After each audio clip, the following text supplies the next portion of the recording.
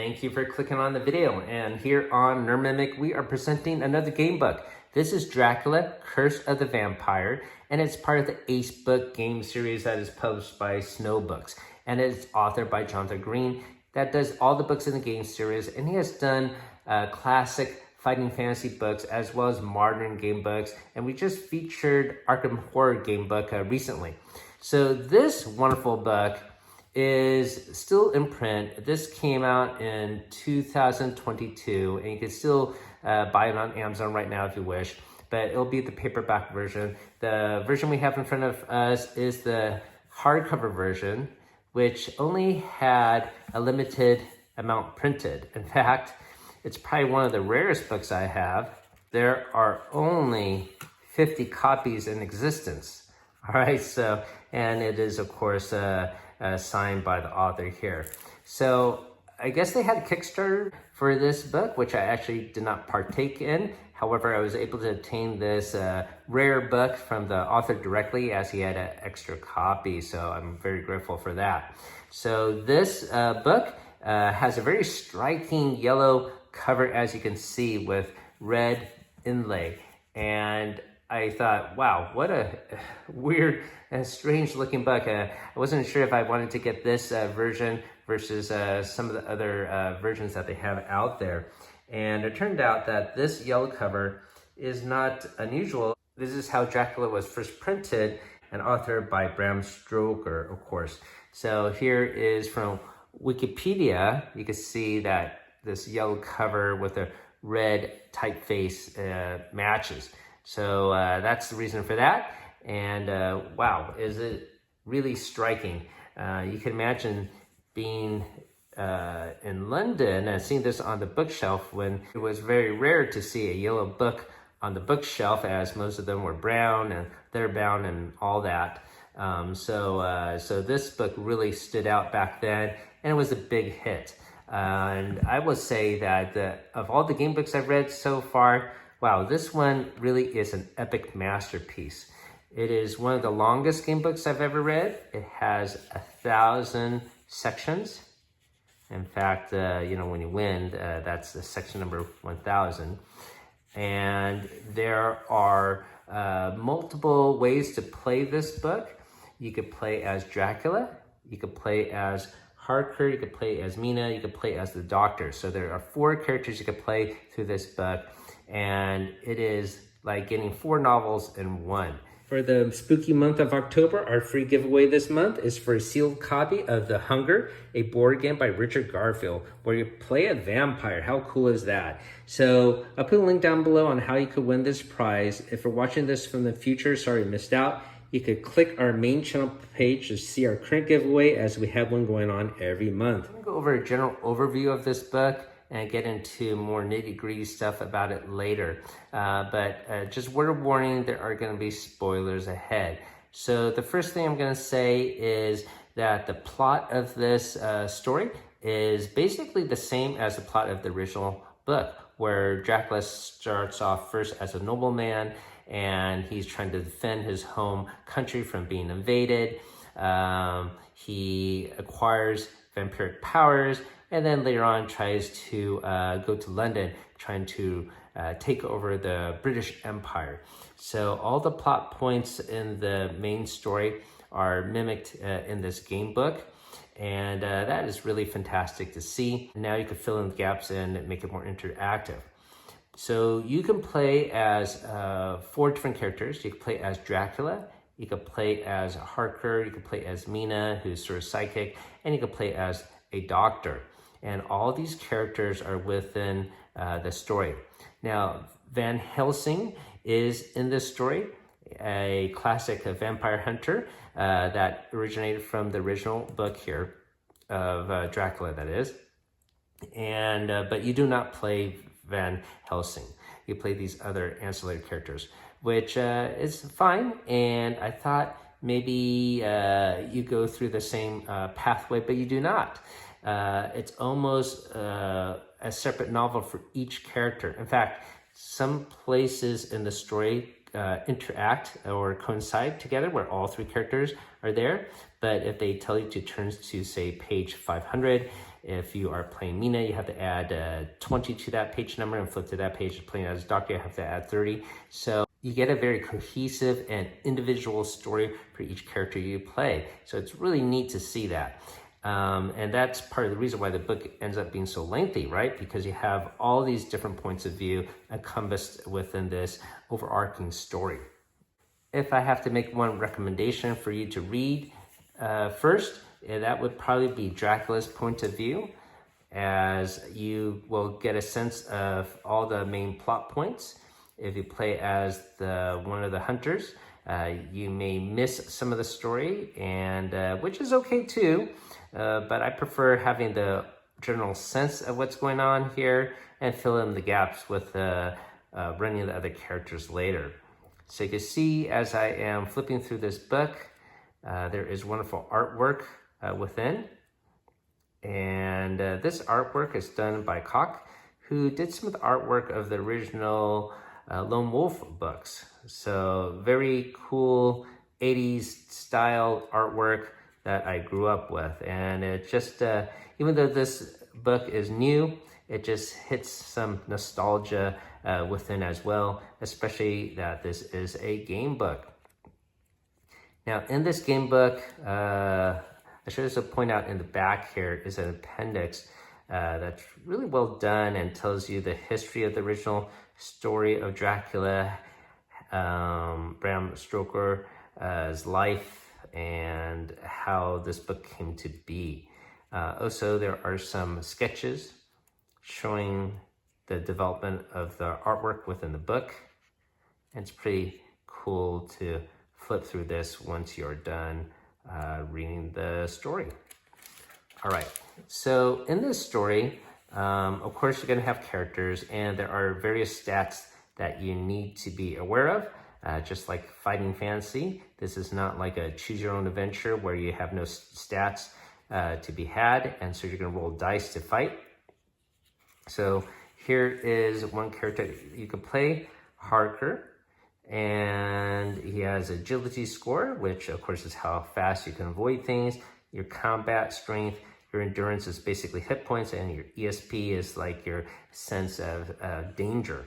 Every time you see this cross symbol, you add a 10 to the page that you're going to see. And then I mentioned here for Miss Mina, if you see the bat, you add 20. And you can see she has different stats here. And for the doctor here, if you see the skull, you're going to add 30 to the page that you see. And then, of course, you can play as Dracula. Now, there is one little mistake in this book. You can see Dracula's stats here. And further along as you get into the book, you will see here on the adventure sheet that is generated for him, they have one for each character. The stats here, for example, agility 10, combat 9, it does not match what is down here. And so this artwork and stuff was done earlier, and I guess maybe they adjusted the gameplay mechanics, and you're supposed to actually use these stats, not this one here. In fact, your stats do change later, and they don't actually match this. As you become a vampire, your stats become higher, but it's still not the same as this. So please use the stats in the book here, not on the sheet. All right, so that's one big errata to be aware of. Now, there are multiple other stats that you have to keep track in this game. When you play as Dracula, you're going to keep track of blood, and that is sort of how powerful you will become. In fact, there is a ranking system here. I'll bring this a little bit closer so you can see. So when you have 0 blood points, you are the son of the dragon. You are Lord Impaler at 10 points. You are the Voldol at 20 points. You're the Nosferatu, Count Dracula at 40. You are the Prince of Darkness at 50 points. King of Vampires at 60 points, and the Emperor of the Dead at 70 points. So you do want to do more terrifying things when you play as Dracula, And so when you get an option to maybe attack someone, you might want to do that. However, of course, that can work against you, as maybe the person you attack might be drunk or have some drugs in them. And so you never know. So that's part of the venture. Now, besides keeping track of blood, when you play as the humans, you're going to have to also keep track of terror. So the higher your terror is, the more frightening you're going to be, and maybe more bad things will happen. And throughout this game, you have an inventory system that's pretty robust. You also have multiple keywords that you might have to check off. And if you read a certain passage, you check off that list. And if you read a certain passage, if you have that keyword noted, it might tell you to turn to a different page because you might be aware of a danger ahead, or vice versa, where you are going to be in big trouble because you triggered something earlier in the story. This is all pretty standard in modern game books, and it's great to see it encompassed in this book, but also having old school stuff like the artwork and all the classic choices that you have of, do you go to the left door, do you go to the right door, or do you go straight ahead? When I played as Dracula, I kept a little note of my stats and whatnot. You can see some of them here, and the inventory for him is not too much. The main thing you got to keep track of is your blood power. And then also you have another stat called suspicion. So the higher it is, the more aware people might know that you're a vampire. So that's something to be aware of. Now, when you play as the humans, for example, here is my Harker notes. There is a lot more to keep track of because it's almost like an investigation here. And there are so many keywords that you have to tick off. And look at this inventory I ended up with. So many different things to fight Dracula. So that's pretty cool to see, as you could get, of course, different weapons. There's even guns in this game. And all of that is going to be helpful to fight Dracula and his minions. The biggest negative of this book is just the formatting. When you have 1,000 sections to read and they tell you to turn to a page, you want it to make it easier. And you can see here at the bottom, it's just your standard page number here. So here is 311, and of course here is 312, but it does not match the sections. I wish that they had the section numbers here at the bottom or any other corner. That would make it easier to just sort of flip through the book, because when you get further and further into the book, the numbers get more wild and spaced apart. So just something to be aware of, that when you are flipping through the book, it's going to take a little bit more extra time to find the paragraph that you need. All right. So the other thing I noticed is some of the pages are missing the numbers. Let me find you an example here. And right here, you can see this is section 705 and 707. And where is 706? Well, 706 is actually here. For some reason, I guess the number got cut off by the image here. This is not the only example. There's a couple of them. However, that being said, I never had any problems finding the section I needed. It was still there. It just wasn't like maybe marked up there. You could figure it out, obviously, as it was in between the flanking numbers. Just another error and caution to be aware of. But all the pages, or at least through my run-throughs of this book, didn't end up with any wrong page numbers. So this book, overall though, is quite enjoyable. There are multiple other mechanics in this book. For example, if you see certain special typeface, you will actually get additional endurance hit points, because every time you see this typeface, like a diary entry, it denotes a fresh day. So it's probably assumed that you're resting at night and starting the brand new day. I think that was a cool mechanic as well. And for the human players, the hunters, you also have a special, the pen is miter ability. You got 3 of these. and it's sort of like an automatic win when you use that. You are able to attain more of the magic pen ability during certain encounters, but you do want to use it sparingly, and that's what I did. I always say one last one for my end bout I knew I was going to have with Dracula. So I was able to complete this story without any cheating or anything like that.